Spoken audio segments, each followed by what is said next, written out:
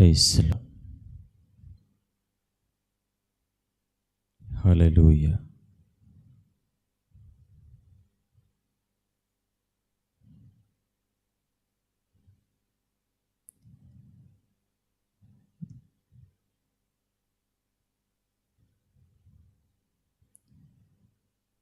దేవుని ఘనమైన నామములో మనమందరం కూడా ఈ రీతిగా ఈ రాత్రి ప్రభు ఎదుట మనం చేరటానికి దేవుడు మనకు ఇచ్చినటువంటి గొప్ప భాగ్యాన్ని తలంచుతూ ఆయన సన్నిధిలో కృతజ్ఞులమై ప్రభువును మనము సేవించుదాం. ఈ రాత్రి కొద్ది నిమిషాలు దేవుని వాక్యాన్ని మనము బైబిల్ గ్రంథంలో నుండి యెషయా గ్రంథము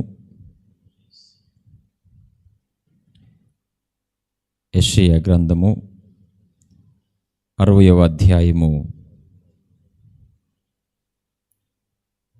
22వ వచన భాగాన్ని మనం ఈ రాత్రి ధ్యానం చేద్దాం.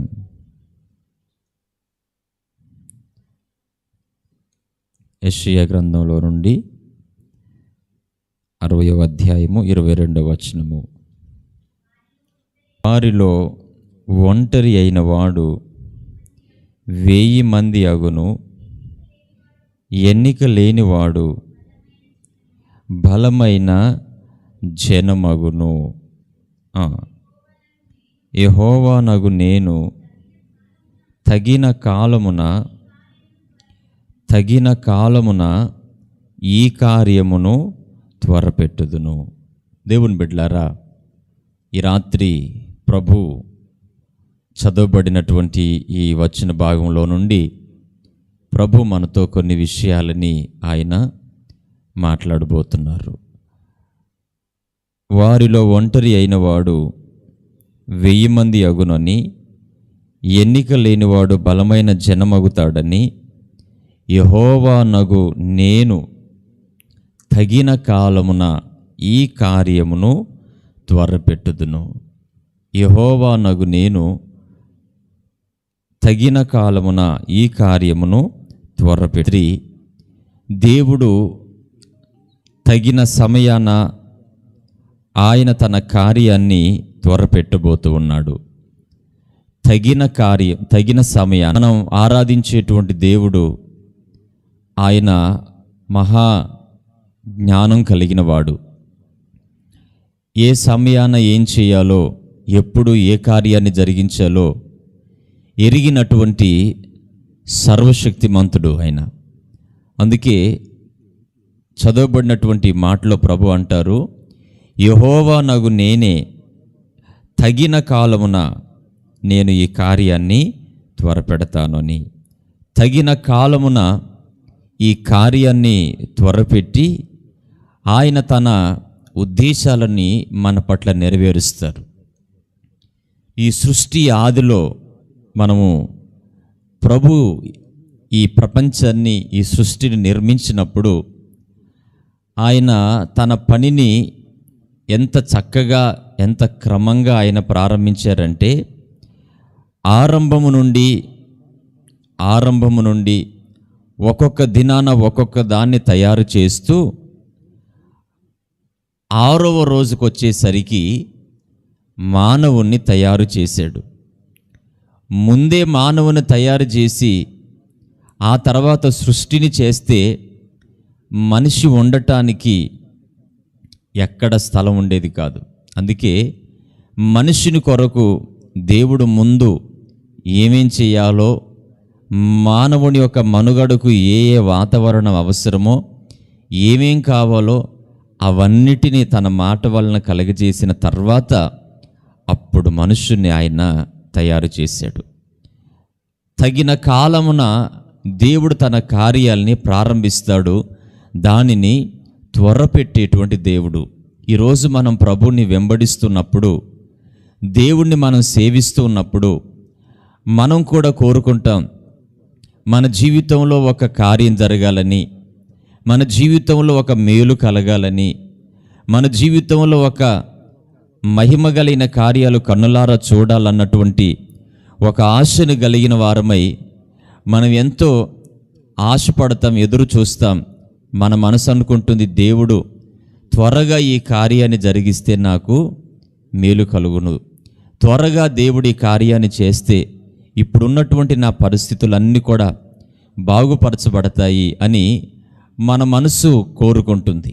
అయితే దేవుడు అంటాడు, యెహోవా నగు నేనే, తగిన కాలమున నేను ఈ కార్యాన్ని త్వరపెడతాను. చూద్దాం దేవుడు ఆ తగిన కాలాలు ఎలా ఉన్నాయో, ఆయన కార్యాలను ఎలా ఒక్కొక్కటిగా ఆయన జరిగించబోతూ ఉన్నాడో దేవుని వాక్యంలో నుండి మనము వాక్యాన్ని ధ్యానం చేద్దాం. చూడండి, ఆదికాండము 18వ అధ్యాయము 14వ వచన భాగాన్ని మనం చూద్దాం. ఆదికాండము 18వ అధ్యాయము 14వ వచనం. యెహోవాకు అసాధ్యమైనది ఏదైనా ఉన్నదా? ఈ కాలమున నిర్ణయ కాలమందు నీ యొద్దకు నేను తిరిగి వచ్చేదను, అప్పుడు శారాకు కుమారుడు కలుగును అనెను.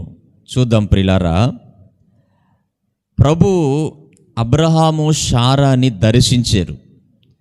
దర్శించి దేవుడు తన ఉద్దేశాల్ని అక్కడ తెలియపరుస్తూ ఉన్నాడు. యెహోవాకు అసాధ్యమైనది ఏదైనా ఉన్నదా? మీదటికి ఈ కాలమున, నిర్ణయ కాలమున నేను నీ యొద్దకు వస్తాను, అప్పుడు శారాకి కుమారుడు కలగబోతున్నాడు.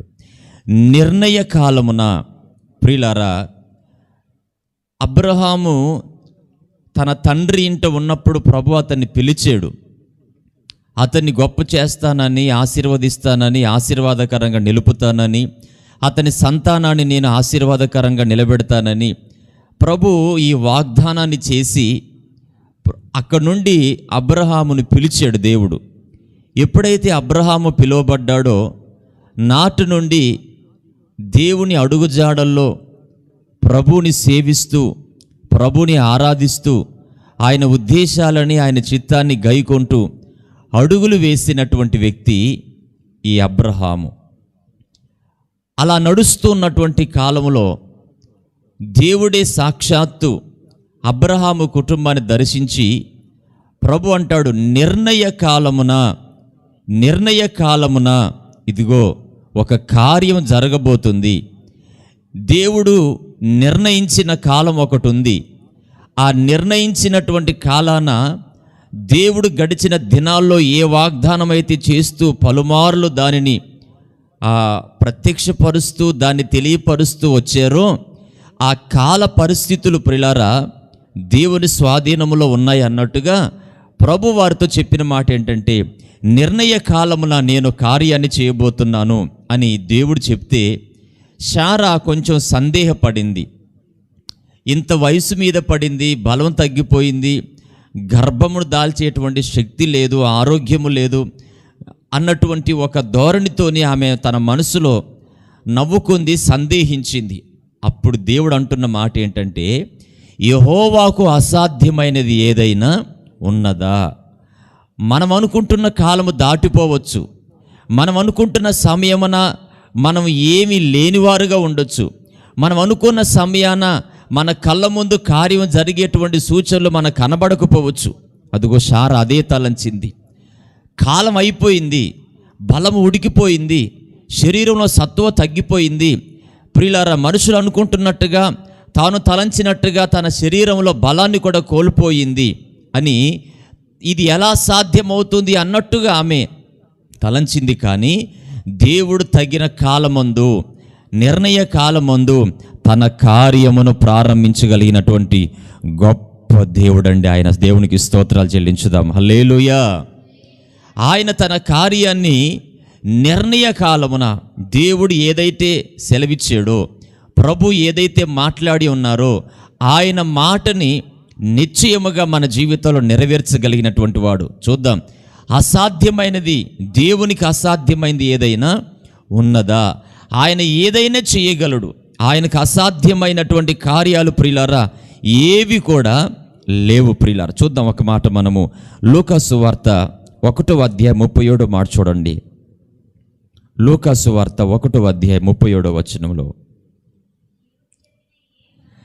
దేవుడు చెప్పిన ఏ మాట అయినను నిరర్ధకము కానేరదని ఆమెతో చెప్పెను.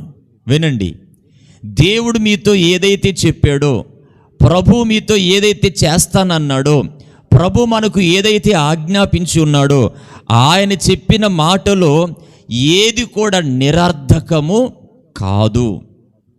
ఒకవేళ సమయము దాటిపోవచ్చు, కాలము దాటిపోవచ్చు, పరిస్థితులు ప్రతికూలంగా ఉండొచ్చు, కళ్ళ ముందు కార్యం జరుగుద్దన్న సూచనలు మన ముందు కనబడకపోవచ్చు, కానీ దేవుడు చెప్పిన మాట చొప్పున తప్పనిసరిగా దేవుడు చేస్తాడు. అందుకే ఈ మాటలో రాయబడింది, దేవుడు చెప్పిన ఏ మాట అయినను నిరర్ధకం కాదు. దేవుని బిడ్డలారా, తప్పనిసరిగా దేవుడు ఆ కార్యాన్ని నెరవేరుస్తాడు. ఆయన ఏదైతే మాట ఇచ్చాడో, ఆయన ఏదైతే సెలవిచ్చాడో, ఆయన నోట నుండి ఏ వాక్కు అయితే మనకు విడుదల చేయబడిందో ప్రియులారా, ఆ మాటని మనము రూఢిగా విశ్వసించాలి.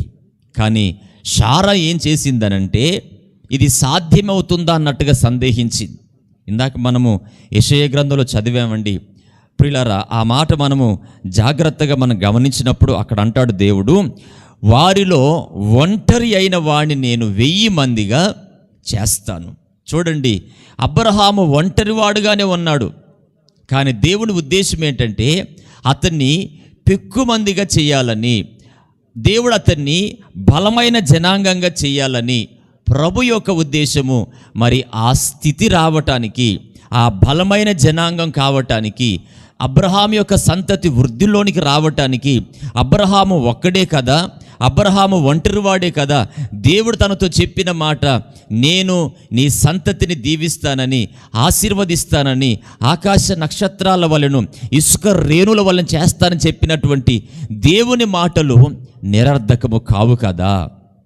దాన్ని విన్నటువంటి శారా అంటుంది, ఇది సాధ్యమయ్యేటువంటి పనేనా అని. కానీ ప్రభు అంటారు, యెహోవాకు అసాధ్యమైనది ఏది కూడా లేదు, దేవునికి సమస్తము సాధ్యం. ప్రియులారా, చూద్దాం ఇప్పుడు ఒకసారి ఆదికాండంలోంచి 21వ అధ్యాయము మొదటి 2 వచనాలు చూద్దాం. ఆదికాండము 21వ అధ్యాయము చూడండి. ఆ మాటలు మనం జాగ్రత్తగా గమనిస్తే, యెహోవా తాను చెప్పిన ప్రకారము శారాని దర్శించెను, తానిచ్చిన మాట చొప్పున శారాను గూర్చి చేసెను. ఎట్లనగా, అబ్రహాముతో చెప్పిన నిర్ణయ కాలములో శారా గర్భవతి అయి అతని ముసలితనమందు అతనికి కుమారుని కనెను. హల్లెలూయా. దేవుడు చెప్పిన నిర్ణయ కాలములో అది తప్పనిసరిగా జరిగి తీరవలసిందే. మనం సందేహపడినా, మనం సంశయపడినా, ప్రభు నోట నుండి వచ్చిన మాట ఏదైతే ఉందో, ప్రభు అన్నారు, నాకు అసాధ్యమైంది ఏదైనా ఉన్నదా, నాకు అసాధ్యమైంది ఏదైనా ఉన్నదా అని చెప్పిన దేవుడు అంటాడు, ఆయన చెప్పిన ప్రకారంగా శారాను దర్శించాడు. నిర్ణయ కాలములో శారా గర్భవతి కుమారుణ్ణి కన్నది. ప్రియులారా, ఇప్పుడు ఒంటరిగా ఉన్నటువంటి అబ్రహాముకి మరొక్కనిచ్చాడు దేవుడు. ఇప్పుడు ఎంతమంది అయ్యారు? 2 అయ్యారు, కుటుంబంతో పాటు. ఏమంటే శారాతో పాటు 3. ఇప్పుడు ఒంటరి అయిన వాడిని దేవుడు ఏం చేయబోతున్నాడంటే 1000 మందిగా చేయబోతున్నాడు. ఎన్నికలైనటువంటి వాడిని బలమైన జనాంగంగా చేస్తానన్నాడు. ప్రియులారా, అయితే ఆ ఒక్కనిలో నుండి, ఆ వాగ్దాన పుత్రునిలో నుండి దేవుడు మాట ఇచ్చి సెలవిచ్చిన ప్రకారంగా జన్మించినటువంటి ఆ కుమారునిలో నుండి ప్రియులారా తన కార్యాన్ని ప్రారంభించాడు. అయితే ఆ కార్యము నెరవేర్చడానికి తగిన సమయము ఒకటి నిర్ణయించబడింది. ఒక మాట చూద్దాం. అపోస్తల కార్యములో నుండి 7వ అధ్యాయము, అపోస్తల కార్యము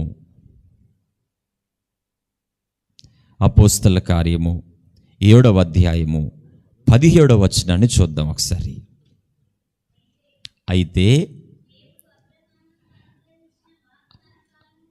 దేవుడు అబ్రహాముకు అనుగ్రహించినటువంటి ఆ నిర్ణయ కాలం ఏమని రాయబడింది తెలుసండి? దానిని వాగ్దాన కాలము అని రాయబడింది. వాగ్దాన కాలము అని అన్నారు. దేవుడు ఏదైతే సెలవిచ్చారో, ప్రభు ఏదైతే మాట్లాడాడో, దేవుడు ఏదైతే చేస్తానన్నాడో ఆ మాట ఇచ్చినటువంటి దేవుడు ఆ వాగ్దానపు కాలమున సమీపించిన కొలది ప్రజలు ఐగుప్తులో ఏమయ్యారో తెలుసండి, విస్తారంగా వృద్ధి పొందారు. స్తోత్రం చెల్లించుదాం. హల్లెలూయా. చూడండి, నిర్ణయ కాలములోనేమో వారసునిచ్చాడు. ఇప్పుడు ఆ వాగ్దానము కాలము నెరవేర్చబడేటువంటి సమయంలో ఆ ఒక్కనిలో నుండి దేవుడు ఏం చేశాడో తెలుసండి, ఐగుప్తులో దేవుడు తన సంతతిని ఏం చేశాడో తెలుసండి, విస్తారముగా వృద్ధి చేశాడంట ఐగుప్తులో. హల్లెలూయా. ఎంతగా వృద్ధి చేశాడంటే 70 మందితో అడుగుపెట్టినటువంటి వారు ఐగుప్తుకు వెళ్ళిన తర్వాత వారు విస్తరించడం ప్రారంభించారు, వారు వృద్ధి చెందడం ప్రారంభించారు. ఎప్పుడు వృద్ధి చెందారు, ఎప్పుడు విస్తరించబడ్డారు? శ్రమల మధ్యలో విస్తరించబడ్డారు, వేదనల మధ్యలో విస్తరించబడ్డారు. దేవుడు ఆ వాగ్దాన కాలం సమీపించి అంతవరకు ప్రియులారా దేవుని కటాక్షము, దేవుని దయ వారి మీద నిలిచి ఉంది. వారు వృద్ధి నొందారు, విస్తరించబడ్డారు. శత్రువులు దేవుని వాగ్దానానికి భిన్నంగా ఎన్ని పనులు జరిగించాలని చూసినప్పటికీ దేవుడు తగిన కాలమందు తన కార్యాన్ని త్వర పెట్టడం ప్రారంభించాడండి. హల్లెలూయా. చూద్దాం ఒకసారి ఆ మాట మనము నిర్గమకాండం 1వ అధ్యాయంలో నుండి. నిర్గమకాండము 1వ అధ్యాయము 11వ మాట చూద్దాం. 10వ వచనం చదువుదాం. 1:10 నిర్గమకాండం. చూడండి, దేవుడేమో విస్తరింప చేయాలని ఆయన ఉద్దేశము, కానీ ఆనాటి ఆ ఫరో అంటాడు, వారు విస్తరించకుండునట్లు మనము వారి ఎడల యుక్తిగా జరిగించుదాము. రండి, లేని ఎడల యుద్ధం కలిగినప్పుడు మన శత్రువులతో చేరి మనకు విరోధంగా యుద్ధం చేసి ఈ దేశములోండి వెళ్ళిపోదురేమో అన్నాడు. కాబట్టి వారి మీద పెట్టిన భారములలో శ్రమ పెట్టుటకు వెట్టి పనులు చేయించు అధికారులను వారి మీద నియమించగా వారు ఫరో కొరకు ధాన్యాదులు నిల్వ చేయుటకు రామెసేస్ పట్టణాలను కట్టడానికి అయినను ఐగుప్తీలు వారిని శ్రమ పెట్టిన కొలదంటండి వారు విస్తరించి ప్రబలిరు. దేవునికి స్తోత్రం చెల్లించుదాం. హల్లెలూయా. దేవుడు చెప్పిన మాట ఏది నిరర్ధకము కాదు. ఒక్కడిలో నుండి దేవుని బిడ్డలారా వేల మందిని దేవుడు తీసుకొచ్చాడు, లక్షల మందిని తీసుకొచ్చాడు. అయితే ఇది రెప్పపాటున జరగలేదు, కానీ తగిన కాలమందు, నిర్ణయ కాలమందు, వాగ్దాన కాలమందు దేవుడు ఆ కార్యాన్ని త్వరపెడుతూ వచ్చాడండి. వారు ఏమయ్యారో తెలుసండి, ప్రజలు అసహ్యపడేటువంటి అంతగా దేవుడు వారిని అభివృద్ధి విస్తరణను తీసుకొచ్చాడు. వారు ఏమనుకున్నారో తెలుసండి, వీరు విస్తరించకూడదు. ఫరో అనుకున్నాడు, ఏమన్నా తెలుసండి, ఒకటి ఐగుప్తీయులు ఇశ్రాయేలు విస్తరించొద్దు, రెండోది వీరు మన దేశములోండి వెళ్ళిపోదురేమో అని అనుకున్నారు. ఇప్పుడు ఏదైతే జరగకూడదు అనుకున్నాడో దేవుడు ఆ రెండు కార్యాలను వారి మధ్యలో చేశాడు. ఒకటి విస్తరించొద్దు అని చిన్నపిల్లలు మగపిల్లలందరినీ చంపడం ప్రారంభించాడు. దేవుడు ఆ కార్యాన్ని కూడా కనుమరుగు చేశాడు. ఏమండి, వారి ద్వారా వారు ఏదైతే నిర్ణయించారో జరగకుండా ప్రభు కృపనిచ్చాడు ఇశ్రాయేళ్ళకి. వారు విస్తరించారు. రెండవదిగా వారు వెళ్ళిపోదురేమో అనుకున్నారు. అయితే దేవుడు ఏం చేశాడో తెలుసండి, వారిని ఐగుప్తు దేశంలోంచి బయటికి వెళ్ళేటట్టుగా దేవుడు తన కార్యాలు చేశాడు. దేవునికి స్తోత్రం చెల్లించుదాం. హల్లెలూయా. చూద్దాం ఒక మాట మనము. వారిని వెళ్ళిపోదురేమో అనుకొని వెళ్ళనివ్వకుండా చేశాడు కదండి. వెళ్ళనివ్వకుండా ఎన్ని ప్రయత్నాలు చేశాడో, ఇప్పుడు వెళ్ళేటట్టుగా దేవుడు ఏ కార్యాలు చేశాడో కూడా మనం చూద్దాం ఒకసారి. నిర్గమకాండంలో నుంచి 9వ అధ్యాయము, పరిశుద్ధ గ్రంథంలోంచి నిర్గమ 9వ అధ్యాయము 5వ వచనం చూడండి ఒకసారి. మరియు యెహోవానే కాలాలని నిర్ణయిస్తాడు. రేపు యెహోవా ఈ దేశములో ఆ కార్యాన్ని జరిగించబోతూ ఉన్నాడు. హల్లెలూయా. ఇప్పుడు మొదటి మాట చూద్దాం ఒకసారి. మోషేతో ఇట్లా, నేను ఫరో దగ్గరికి వెళ్ళి నన్ను సేవించటానికి నా ప్రజలని పోనిమ్ము. ఏమనుకున్నాడు? వెళ్ళిపోదురేమో అనుకున్నాడు కదా.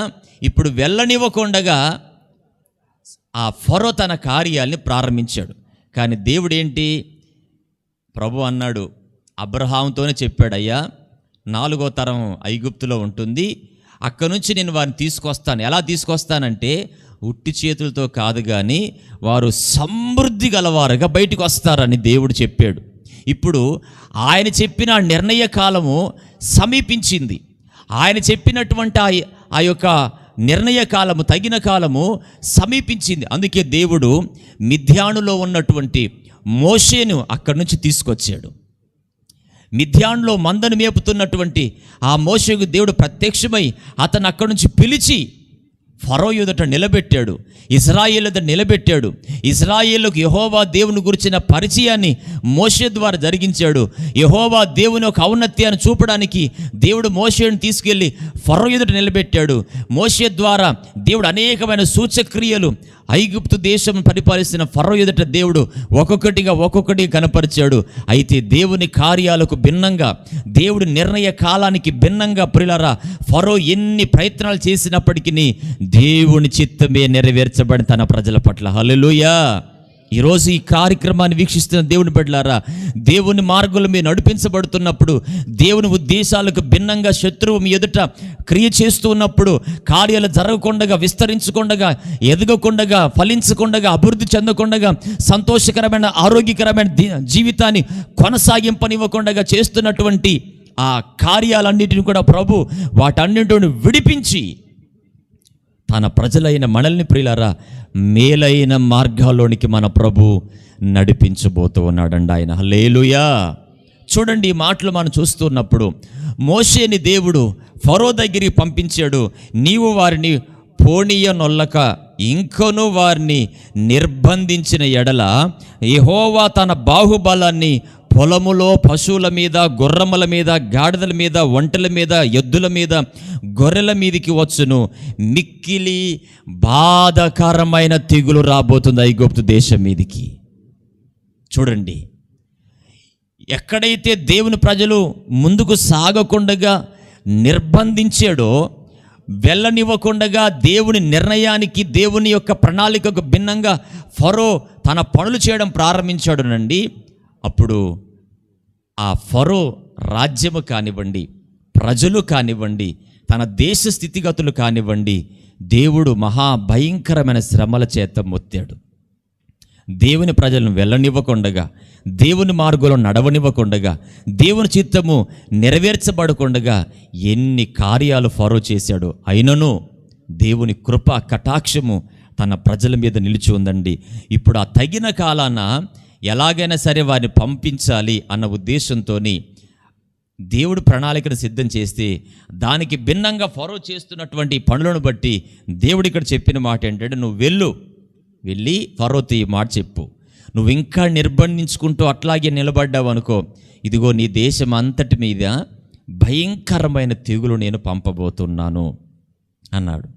అయితే తెగులు దేశం మీదకి వచ్చినప్పుడు ఆ తెగులు దేశంలో ఉన్న ప్రజలందరికీ తప్పనిసరిగా ఆ తెగులు అంటవలసిందే.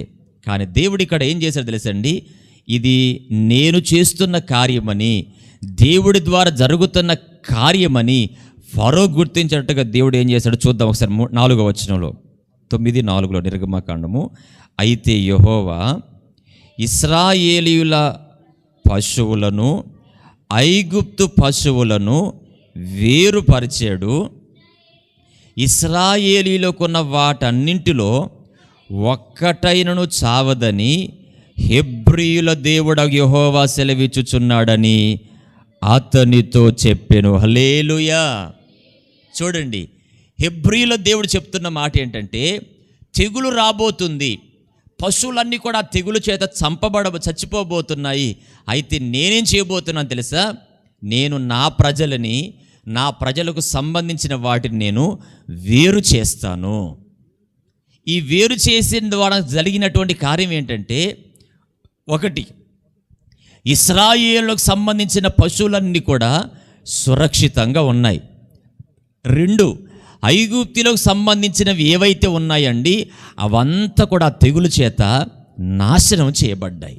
ఇప్పుడు ఐగుప్తులే చచ్చినట్టుగా ఇశ్రాయేలే చనిపోతే ఇదంతా ప్రకృతి వైపరీత్యంగా ఈ తెగులు వచ్చింది, మన దేశంలో అందరి మీదకి తెగులు వచ్చింది అని నిర్ధారించబడేది. కానీ దేవుడు తన ప్రజలని విస్తరింపనివ్వకుండగా, తన ప్రజలని పోనివ్వకుండగా, తన ప్రజలని నిర్బంధించిన ఫరోకి భిన్నంగా దేవుడు తన చిత్తాన్ని, తన ఉద్దేశాన్ని నెరవేర్చుకోవటానికి ఇదిగో ఈ కాలాన్ని, ఈ తెగులును దేవుడు ప్రవేశపెట్టాడు. అయితే ఇది చెప్తూ మోషే ఏమన్నాడంటే, యెహోవాయే, మరి ఇది ఎప్పుడు జరుగుద్ది అంటే ఆయన అంటాడు, దేవుడే ఆ కాలాన్ని, ఆ టైమును నిర్ణయించబోతున్నాడండి. హల్లెలూయా. దేవుని బిడ్డలారా, దేవుడు తన కార్యాలు తగిన సమయమందు ప్రారంభిస్తాడు. దేవుడే నిర్ణయించాడు ఆ టైముని, ఎప్పుడు ప్రారంభించాలో, ఎప్పుడు ఆ తెగుళ్ళు పంపాలో, ఎప్పుడు కార్యాలు జరిగించాలో. ఏమండి, అబ్రహాము దేవుని అంగీకరించిన, అడుగులు వేసిన క్షణములోనే కార్యం జరిగితే వేరుగా ఉండేదేమో, కానీ దేవుడు నిర్ణయించిన కాలం వచ్చేంతవరకు అబ్రహాము నడిపించబడ్డాడు. అందుకే అబ్రహాముకి విశ్వాస వీరుడని, విశ్వాసులకు తండ్రి అన్న పేరు రావాలంటే మరి కొంత సమయము కావలసింది. ఇశ్రాయేలుని విస్తరింప చేస్తా అని చెప్పాడు కదా, ఎన్నిక లేని వారిని బలమైన జనాంగంగా చేస్తానన్నాడు కదా. బలమైన జనాంగం కావాలంటే ప్రియులారా, 10 మంది ఉంటే బలం కాదు, కానీ వారు విస్తరించబడినప్పుడు ఆ బలమైన జనాంగం అవుతుంది. దేవుడు తన కాలాన్ని తన స్వాధీనం ఉంచుకొని ఎప్పుడు తన ప్రజల పట్ల ఏ కార్యాలు జరిగించాలో అది తప్పనిసరిగా ఆయన నిర్ణయించాడండి. అందుకే మాట అంటాడు, యెహోవాయే కాలాన్ని నిర్ణయించి రేపు ఈ దేశములో, చూడండి, కాలాన్ని నిర్ణయించి కార్యాలు చేసేవాడు మన దేవుడు. హల్లెలూయా. కాలం నిర్ణయిస్తాడు. ఏ కాలాన తన ప్రజలకు ఏం కావాలో అది నిర్ణయించి అప్పుడు తన కార్యాన్ని ప్రారంభిస్తాడు. శారా కూడా నిర్ణయ కాలం నిర్ణయించాడండి. నిర్ణయించి అప్పుడు తన కార్యాన్ని ప్రారంభించాడు. ఎప్పుడు తెలుసండి, శారాకి ఆ నిర్ణయ కాలం వచ్చేంతవరకు దేవుడు ఏం చేశాడు తెలుసా? చూద్దాం ఒకసారి ఆ మాట మనము. హెబ్రీ పత్రిక 11వ అధ్యాయం చూడండి ఒకసారి.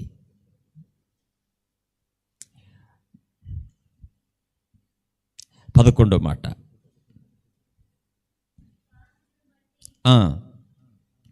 విశ్వాసమును బట్టి శారాయి వాగ్దానము చేసిన వాడు నమ్మదగిన వాడని ఎంచుకొనెను గనుక వయసు గతించినదైనను, చూడండి, నిర్ణయ కాలం ఏ కాలమో తెలుసండి.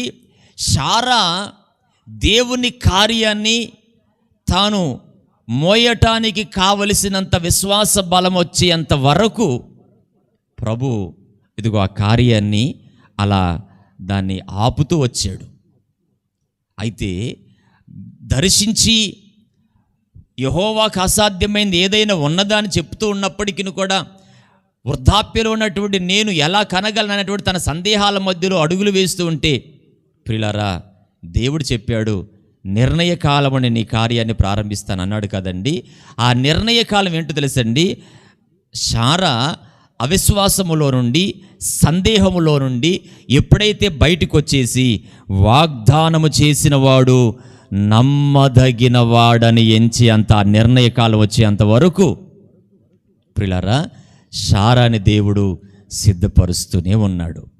ఇప్పుడు ఎప్పుడైతే నమ్మదగిన వాడని ఎంచిందో అండి, తాను వయసు గతించినది అయినప్పటికీ గర్భము ధరించుటకు శక్తి పొందిందండి. అందుచేత మృతతుల్యుడైన ఒకని నుండి సంఖ్యకు ఎలాగంట ప్రభు చెప్పాడు మొదట, ఇదిగో ఒంటరి అయిన వాడిని 1000 మందిగా చేస్తాను, ఎన్నిక లేని వాడిని బలమైన వాడిగా చేస్తాను, యెహోవా నాకు నేనే తగిన కాలమందు ఈ కార్యాన్ని త్వరపెడతానని చూశారండి.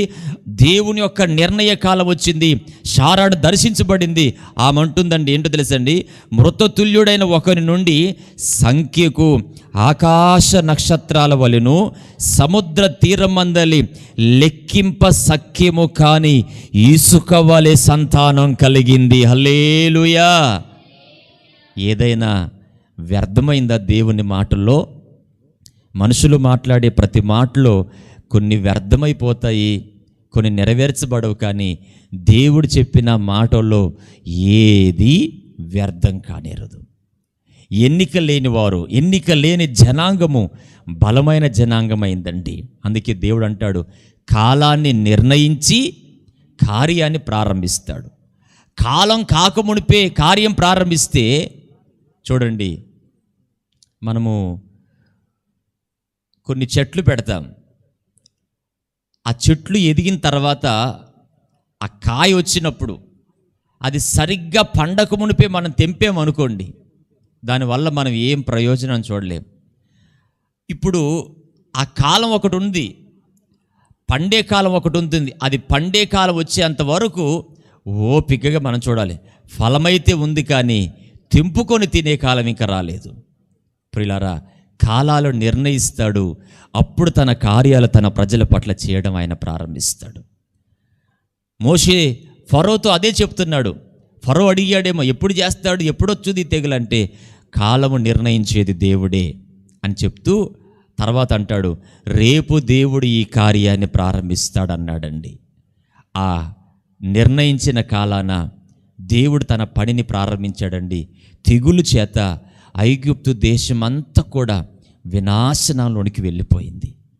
అద్భుతం ఏంటో తెలుసండి, ఆ తెగులు కేవలము ఇశ్రాయేలు మీదకి రాలేదు, కానీ ఐగుప్తు యొక్క ప్రజల మీదకి వచ్చింది. నష్టం వాటిల్లింది, పశువులన్నీ కూడా చంపబడ్డాయి. ఇదంతా జరిగిన తర్వాత ఇప్పుడు ఫరో వెళ్ళి సర్వేకి పంపాడంట. వరదంతా వచ్చిన తర్వాత సర్వేకి వెళ్ళి చూస్తారు కదా, ఎలా ఉన్నారు, ఎన్ని ఇళ్ళు కూలాయి, ఎంతమంది చచ్చిపోయారు అన్నట్టుగా. ఆ తెగులు ఎప్పుడైతే ప్రారంభించబడిందో, ఇప్పుడు ఫరో వెళ్ళి వారందరినీ సర్వే చేసి రమ్మంటే ఏం జరిగింది చూద్దాం ఒకసారి. అక్కడ మనం 9వ అధ్యాయంలో నిర్గమకాండము 5వ వచనం చూద్దాం. మరియు యెహోవా కాలము నిర్ణయించి, రేపు యెహోవా ఈ దేశములో ఆ కార్యమును జరిగించును అనెను. మరునాడు ఆ కార్యాన్ని చేయగా ఐగుప్తీయుల పశువులన్నీ చచ్చెను, కానీ ఇశ్రాయేలీయుల పశువులలో ఒక్కటి చావలేదండి. ఫరో ఆ సంగతి తెలుసుకొన పంపినప్పుడు ఇశ్రాయేలు పశువుల ఒక్కటి చావలేదు, అయినను మనసు కఠినమైంది. చూడండి, దేవుడు ఏదైతే సెలవిచ్చాడో అది తప్పనిసరిగా చేస్తాడు. అబ్రహాముకు దేవుడు వాగ్దానం చేశాడు, మేలు చేస్తాన్నాడు, మేలు కలిగింది ఇస్సాకు ద్వారా.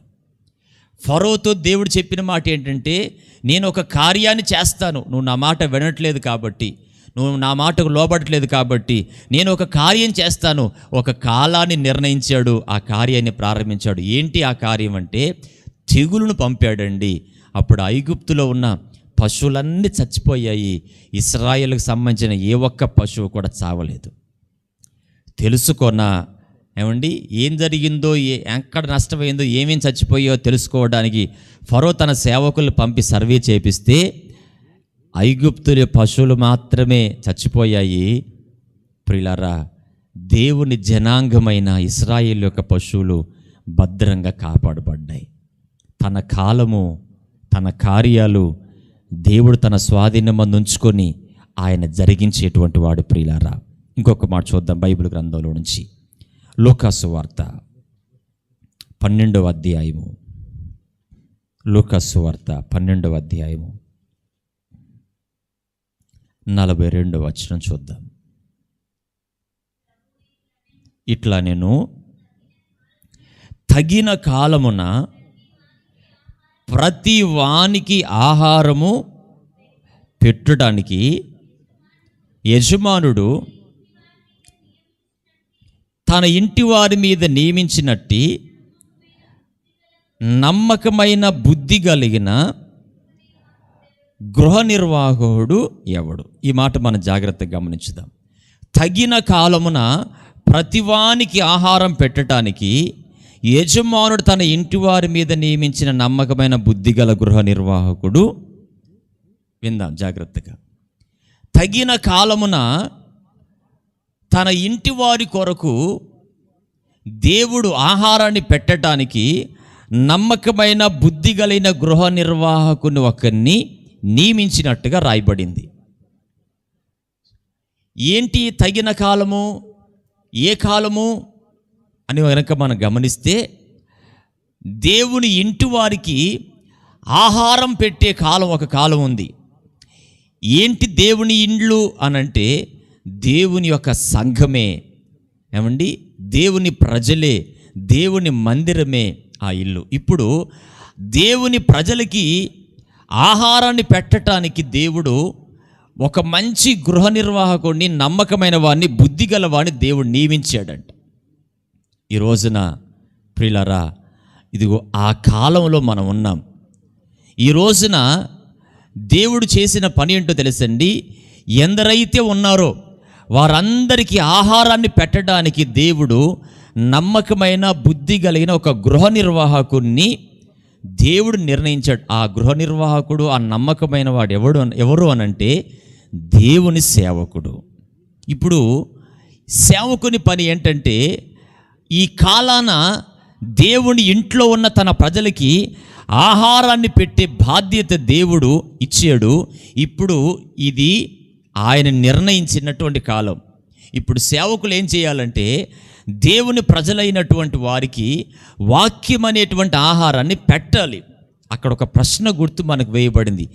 ఎవరు పెడతారు? నమ్మకమైన బుద్ధి కలిగిన గృహ నిర్వాహకుడు ఎవడు అని ప్రశ్న గుర్తు అక్కడ మనకు వేయబడింది. ఈరోజు దేవుని ఇంటి పైన దేవుని ప్రజలకి చేరవలసినంత వాక్యము, అందించవలసినటువంటి దేవుని ఉపదేశము అందుతుందా? దేవుని ప్రజలకు కావలసిన ఆహారాన్ని అందించడానికి నమ్మకమైనటువంటి బుద్ధి కలిగినటువంటి ఒక గృహ నిర్వాహకుడిని దేవుడు నిర్ణయించాడు. పౌలు భక్తుడు అంటాడు, నేను నమ్మకమైన గృహ నిర్వాహకత్వాన్ని చేస్తున్నానట్టు. ఇప్పుడు ఆయన ఏం చేయాలంటే, దేవుని ప్రజలకి వాక్యం అనేటువంటి ఆహారాన్ని అందిస్తూ ఉండాలి. కానీ ఆ పని చేయకుండా ఏం చేస్తున్నాడో చూద్దాం ఒకసారి. 43వ వచనం చూద్దాం. ఎవని ప్రభు వచ్చి, చూడండి, వాడు అలాగు చేయుచునుట కనుగొంటాడో, స్తోత్రం చెప్దాం ఒకసారి, హల్లెలూయా. ఏ సేవకుడైతే ప్రభు వచ్చే నాటికి వాక్యాన్ని ప్రకటించుకుంటూ దేవుని ప్రజలకు వాక్యాన్ని చెబుతూ ఆహారాన్ని పెడుతూ ఉండడము, అదిగో ప్రభు చూస్తాడండి. ఆ సేవకుడు ధన్యుడు. సేవకుడికి అప్పగించిన పని ఏంటంటే, తన దేవుని ప్రజలైనటువంటి వారికి తగిన కాలంలో ఆహారాన్ని పెడుతూ ఉండాలి, వాక్యం అనే ఆహారాన్ని ప్రకటిస్తూ ఉండాలి. ఎప్పుడైతే ఈ వాక్యాన్ని చెప్తాడో, తన బ్రతుకు దినములన్నీ దేవుని ప్రజలు బలపడాలని, వృద్ధి చెందాలని, నేర్చుకోవాలని, ఉపదేశంలో వారు సాగాలని, దేవుని యొక్క వాక్యాన్ని కట్టుబడి ఉండాలని, పరలోకానికి సిద్ధపరచబడాలని, వారికి ఉన్నటువంటి ఆ యొక్క లోక పాప మాలిన్యాన్ని విడిచిపెట్టబడిన వారి పరిశుద్ధంగా సాగాలన్నటువంటి ధోరణి చేత ఏ సేవకుడైతే దేవుని వాక్యాన్ని రాత్రి పగలు సమయమందు అసమయమందు కష్టపడి శ్రమపడి ప్రియులారా ఉపదేశం చేస్తాడో, ఆయన వాక్యం చెబుతూ ఉండగా ప్రభు వచ్చేసరికి ఇదిగో ఈ పనిలో నిమగ్నమై ఉంటే ఆ దాసుడు ఏమవుతాడో తెలుసండి, ధన్యుడు. స్తోత్రం చెల్లించుదాం ఒకసారి, హల్లెలూయా. ప్రభు రాకడ దినాల్లో దేవుడు ఏర్పరచుకున్న సేవకుడు దేవుని ఇంటి వారి కొరకు ఆహారాన్ని పంచిపెడితే, వాక్యాన్ని ప్రకటించుకుంటూ తన జీవితాన్ని, తన సేవను కొనసాగిస్తే, దేవుడు ఆ సేవకుడిని చూసి ఆ వ్యక్తిని ధన్యుడిగా మారుస్తాడు. ఒకవేళ అలా కాకుండా 44వ వచనంలో, అతడు తనకు కలిగిన దాని అంతటి మీద వాడిని ఉంచుతాడు. మీతో చెప్తున్నాను, అయితే ఆ దాసుడు, చూడండి, యేసయ్య రావటము నా యజమానుడు వచ్చుట ఆలస్యం చేయుచున్నాడని ఎవరు అనుకోకూడదు? దేవుడు ఏర్పరచుకున్న దాసుడు, దేవుని సేవకుడు ఏనాటి కూడా ప్రభు ఆలస్యం చేస్తున్నాడు, ఆయన ఇప్పుడప్పుడే వచ్చేటట్టుగా లేడు, ఎందుకంటే కాలం అంతా కూడా ఆయన రాకడికి ఇంకా కొన్ని గుర్తులు జరగాలి, కొన్ని కార్యాలు జరగాలి, ఇంకా లేట్ అవుతుంది అని చెప్పి ఒకవేళ గనక ఆ రకమైనటువంటి ధోరణితో ఉంటే గనక ఏమంటుంది తెలుసండి, నా యజమానుడు వచ్చుట ఆలస్యం చేయుచున్నాడని తన మనసులో అనుకొని దాసులని దాసీలని కొట్టి తింటూ త్రాగుచూ మత్తుగా ఉండసాగితే కనిపెట్టని దినములలో ఎరుగని గడియల్లో ఆ దాసుని యజమానుడు వచ్చినప్పుడు వానికి ఏం గొల్లు తెలుసండి, వాణ్ణి నరికి అపనమ్మకస్తులతో వానికి చూశారా. అందుకే దేవుడు తన కాలమును తగిన కాలాన ఇదిగో సేవకులు లేపుతున్నాడు. ఈ రోజున ఇప్పుడు దేవుని సేవ చేస్తున్న ప్రతి వ్యక్తి ఏ ఆలోచన కలిగి ఉండాలంటే దేవుని ప్రజలకు వాక్యం అందించాలి, వాక్యాన్ని ప్రకటించాలి, వాక్యాన్ని తీసుకువెళ్ళాలి, ఉపదేశం చేయాలి, సంఘానికి కావలసిన వాక్యము, విశ్వాసులకు కావలసిన వాక్యము, వారికి కావలసిన ఉపదేశాన్ని ఎప్పటికప్పుడు వారికి తెలియపరచాలి. ఒకవేళ ఇలా చేయకుండా ఇప్పుడప్పుడే ప్రభు వచ్చేటట్టుగా లేడు, మనం వారికి ఆహారం పెడితే ఎలాగా, ఆయన వచ్చేసరికల్లా మనం ఈ పని చేద్దాంలే అన్నట్టుగా నిర్లక్ష్య వ్యవహారి గనక ఒకవేళ గనక ఆ ధోరణితో ముందుకు సాగుతేనంటండి అనుకోని గడియలో రెప్పపాటున ఆయన వచ్చేసరికి ఇదిగో తాగి తిని మత్తుగా ఉండడం దేవుడు చూసి ఆ దాసుని నరికి అపనమ్మకస్తులతో పాలు కలుగజేస్తాడంట. ప్రియులారా, దేవుడు ఆయన కొన్ని తగిన కాలాలు నిర్ణయించాడు, నిర్ణయ కాలాలు నిర్ణయించాడు, ఏమండి వాగ్దానపు కాలాన్ని ఏర్పరిచాడు. అయితే ఆ కాలాన్ని మనం గుర్తించిన వారమై ప్రభువులో మనం సాగితే మనము దేవుని కార్యాలను చూస్తాం. ఆ కార్యాలు మన జీవితాలని మహిమలోని నడిపిస్తాయి, నెమ్మదిలోని తీసుకువెళతాయి, ఆశీర్వాదాలను తీసుకువెళతాయి, దేవుని కృపలో నిలిచినట్టుగా చేస్తాయి. కనుక ఆ కాల పరిస్థితులు మనం ఎరిగిన వారమై దేవుణ్ణి హత్తుకొని మనం ఎప్పుడైతే ఆయన అడుగుజాడలో మనం ముందుకు సాగుతామో నిశ్చయముగా ప్రియులారా, ఇదిగో అబ్రహామును దేవుడు పెక్కుమందిగా చేసి ఉన్నతమైన స్థితిలో దేవుడు నిలబెట్టినట్టుగా ఆ రీతిగా చేస్తాడు. ప్రియులారా, ఆ కాలాన్ని మనం ఎరిగిన వారమై విశ్వాసము కర్తవైపు మనం చూస్తూ అడుగులు వేసినప్పుడు దేవుని యొక్క మహిమ మనం చూడబోతుండగా అట్టి కృప దేవుడి రాత్రి వాక్యం ద్వారా ప్రభు మనకు అనుగ్రహించును గాక. ఆమేన్. తల వంచుదాం, ప్రార్థన చేసుకుందాం. స్తోత్రం నాయనా, పరిశుద్ధుడు అయిన మా తండ్రి, సర్వశక్తి కలిగిన మా యేసయ్య, ఈ రాత్రి మీరు మాట్లాడిన ప్రతి మాటను బట్టి స్తోత్రాలు. తగిన కాలము అనేటువంటిది ఉంది అని, ఆ కాలాన ఏం జరగాలో ఏది జరగకూడదో ప్రతి విషయాన్ని ప్రభు ఈ రాత్రి మీరు మాతో మాట్లాడారు. అబ్రహాముతో మీరు మాట్లాడారు, నిర్ణయ కాలమున మీరు ఆ కార్యాన్ని నెరవేర్చారు. ఇశ్రాయేలుకు వాగ్దాన కాలము సమీపించినంత వరకు వారిని విస్తరింపచేశారు నాయన. ఫరో నీ మాటకు, మీ ఉద్దేశానికి, మీ కార్యానికి విరుద్ధంగా అడుగులు వేసినప్పుడు నాయన ఒక కాలాన్ని నిర్ణయించి కార్యాన్ని ప్రారంభించి నాయన ఐగుప్తు యొక్క దేశమును తెగులు చేత మొత్తిన దేవుడవు నా తండ్రి.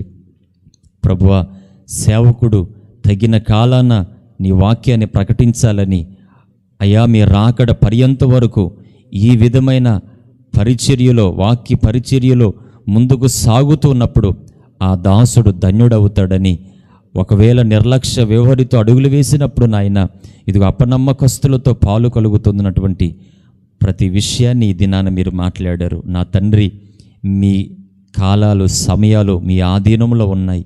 మీరు కాలాలు నిర్ణయించి కార్యాలు చేసేటువంటి దేవుడవు నా తండ్రి.